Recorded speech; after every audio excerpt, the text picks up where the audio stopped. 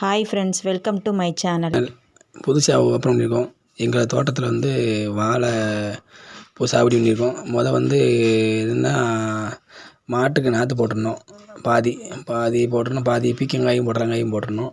அதில் சரியாக வரலனால 2 வாழைக்கன்று ஒரு 400 கன்று பாதி அரை ஏக்கருக்கு போல் போட்டோம்.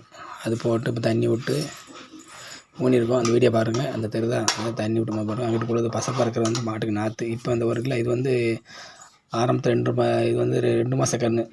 இந்த பார்க்குற வீடியோ வந்து களை வெட்டினது 2 மாதம் 2.5 மாதம் இருக்கும். களை வெட்டி சுத்தமாக இருக்கும். எங்கள் இப்போ கூட மழை பெய்யலை.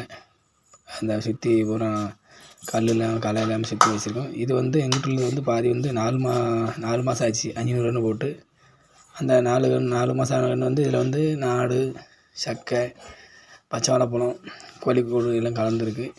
இதில் வாழையில் முன்ன பண்ண அனுபவம் கிடையாது எங்களுக்கு. சரி முத போட்டிருக்கோம். என்ன சேனலில் புதுசாக பண்ணியிருக்கோம். எங்களுக்கு ஒரு விவசாயம் பார்த்து புதுசாக பார்த்துட்ருக்கோம். சப்போர்ட் பண்ணுங்கள்.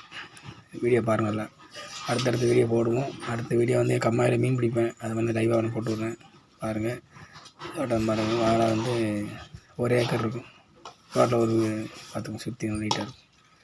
இன்னும் வந்து பார்த்திங்கன்னா சுத்தமாக களை இல்லாமல் என்ன கொஞ்சம் நேரம் இல்லாமல் இருக்கும். நாங்களாக போட்டோம். சின்ன பசங்களாம் வச்சு சம்பளையால் வச்சு போட்டதுக்கு அந்தளவுக்கு வசதி வாய்ப்பு இல்லை. நம்ம தான் இருக்குது.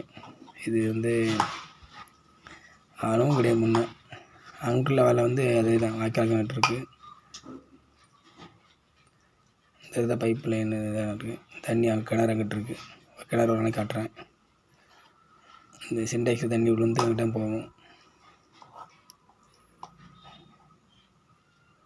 ஃபுல்லாக பசன்னு இருக்கும். அந்த மழை போடுறேன். ஃபுல் பசன்னு இருக்கும் வீடியோ. இப்போ கொஞ்சம் தெளிவு இல்லாமல் இருக்குது.